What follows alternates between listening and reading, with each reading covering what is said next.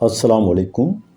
آپ کا بھائی ظہور ملک اپنے یوٹیوب چینل پر آپ تمام دوستوں کو خوش آمدید کہتا ہے۔ میں عمان میں موجود ہوں اور آج آپ کو چشمہ شفا حضرت ایوب علیہ السلام پر لیے چلتا ہوں۔ حضرت ایوب علیہ السلام حضرت اسحاق علیہ السلام کی اولاد میں سے ہیں اور ان کی والدہ حضرت لوط علیہ السلام کے خاندان سے ہیں۔ اللہ تعالیٰ نے آپ کو ہر طرح کی نعمتوں سے نوازا تھا، حسن صورت بھی اور مال و اولاد کی کثرت بھی، بے شمار مویشی اور کھیت و باغ وغیرہ کے آپ مالک تھے۔ جب اللہ تعالیٰ نے آپ کو آزمائش و امتحان میں ڈالا تو آپ کا مکان گر پڑا اور آپ کے تمام فرزندان اس کے نیچے دب کر مر گئے، اور تمام جانور جس میں سینکڑوں اونٹ اور ہزارہ بکریاں تھیں سب مر گئے۔ تمام کھیتیاں اور باغات بھی برباد ہو گئے، غرض آپ کے پاس کچھ بھی باقی نہ رہا۔ آپ کو جب ان چیزوں کے ہلاک و برباد ہونے کی خبر دی جاتی تھی تو آپ حمد الہی کرتے اور شکر بجا لاتے تھے اور فرماتے تھے کہ میرا کیا تھا اور کیا ہے، جس کا تھا اس نے لے لیا، جب تک اس نے مجھے دے رکھا تھا میرے پاس تھا، جب اس نے چاہا لے لیا، میں ہر حال میں اس کی رضا پر راضی ہوں۔ اس کے بعد آپ بیمار ہو گئے اور آپ کے جسم مبارک پر بڑے بڑے آبلے پڑ گئے۔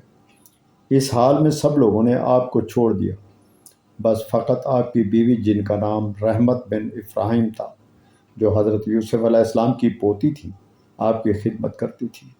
سالہ سال تک آپ کا یہی حال رہا۔ آپ آبلوں اور پھوڑوں کے زخموں سے بڑی تکلیفوں میں رہے۔ عام طور پر لوگوں میں مشہور ہے کہ معاذ اللہ آپ کو کوڑ کی بیماری ہو گئی تھی۔ چنانچہ بعض غیر معتبر کتابوں میں آپ کے کوڑ کے بارے میں بہت سی غیر معتبر داستانیں بھی تحریر ہیں، مگر یاد رکھیں کہ یہ سب باتیں سر تا پا بالکل غلط ہیں، اور ہرگز آپ یا کوئی نبی بھی کوڑ اور جذام کی بیماری میں مبتلا نہیں ہوا۔ اس لیے یہ مسئلہ متفق علیہ ہے کہ انبیاء علیہ السلام کا تمام ان بیماریوں سے محفوظ رہنا ضروری ہے، جو عوام کے نزدیک باعث نفرت و حقارت ہیں۔ بائبل میں حضرت ایوب علیہ السلام کا نام جاب لکھا ہے۔ آپ کس جگہ کے رہنے والے تھے، اس کے بارے میں 3 جگہوں کی نشاندہی کی جاتی ہے۔ پہلی جگہ ترکی کا شہر شانلی عرفہ ہے۔ یہ شہر ماضی میں شام کا حصہ ہوتا تھا۔ حضرت ابراہیم اور نمرود کا واقعہ اسی شہر میں پیش آیا تھا۔ عرفہ میں حضرت ایوب علیہ السلام کا غار اور شفا کا چشمہ آج تک موجود ہے۔ عمان شہر سے 35 کلومیٹر دور بلقا میں باطنہ نام کا گاؤں ہے۔ روایت ہے حضرت ایوب علیہ السلام اس گاؤں کے رہنے والے تھے۔ یہ بھی امکان ہے آپ شفا کے بعد عرفہ سے یہاں تشریف لے آئے تھے۔ باطنہ میں وہ درخت بھی موجود ہے آپ جس کے ساتھ ٹیک لگا کر بیٹھا کرتے تھے۔ درخت سوکھ چکا ہے لیکن اس کے باوجود سلامت ہے۔ آپ کے گھر کے آثار بھی موجود ہیں۔ حکومت نے وہاں خوبصورت مسجد بنا دی ہے۔ یہ حضرت ایوب علیہ السلام سے منسوب دوسری مسجد ہے۔ پہلی مسجد عرفہ میں ہے۔ آخری مقام سلالہ میں موجود ہے۔ سلالہ کے مضافات میں جبل کے مقام پر حضرت ایوب علیہ السلام کا مزار بھی موجود ہے۔ مسجد بھی ہے اور وہ مقام بھی جہاں آپ نے ایڑی رگڑی تھی۔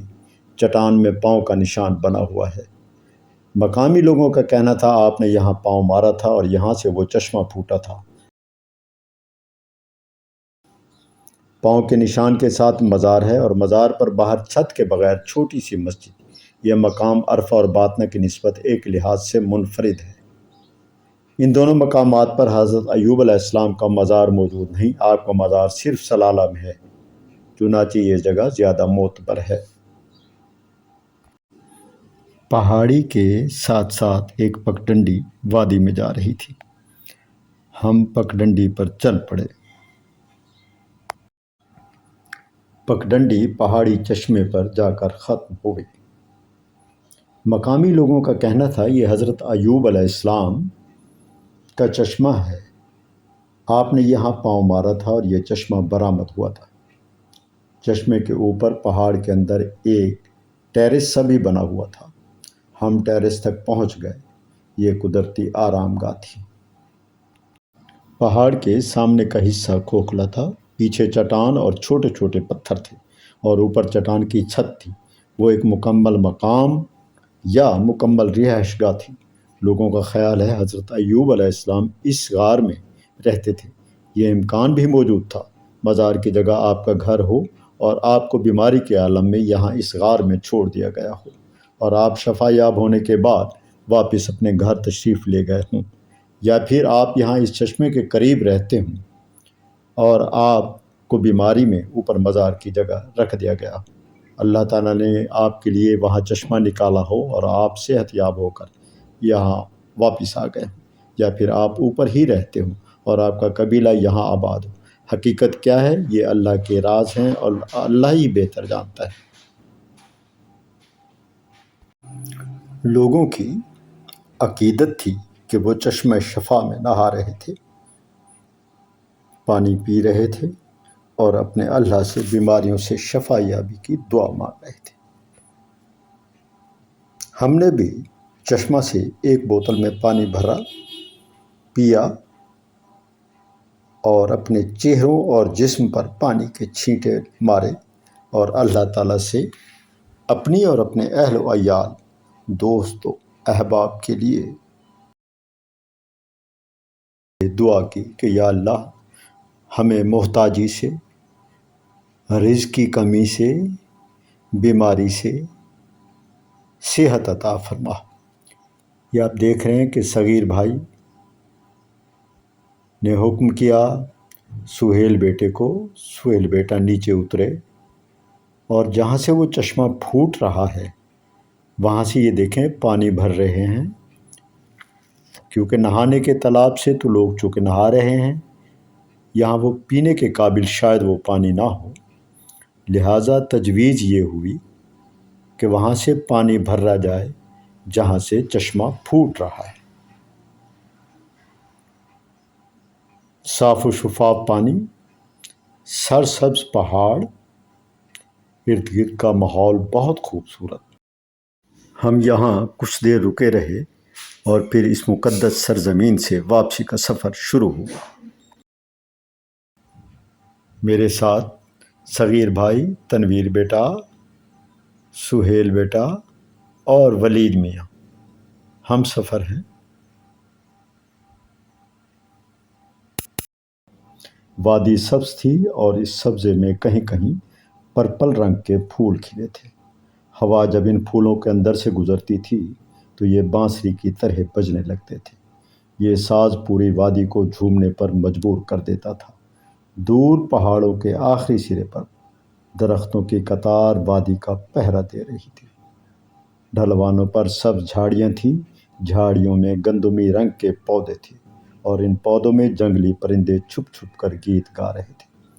وادی کی ہوا میں ایک تراوت، ایک شگفتگی، ایک فرحت پائی جاتی تھی۔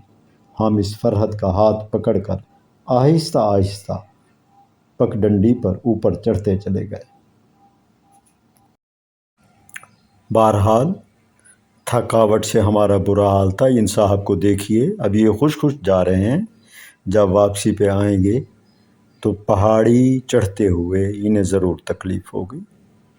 صغیر بھائی اس بات پر ہنس رہے ہیں۔ بہرحال آپ ہمارے ساتھ رہے، حضرت ایوب علیہ السلام کے چشمہ شفا کی زیارت کی۔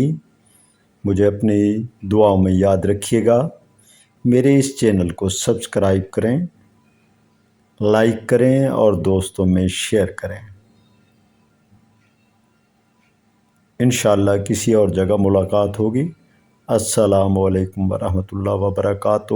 یہ چشمہ شفا سے پانی کی بوتل آپ بھی زیارت کیجئے۔ اللہ حافظ۔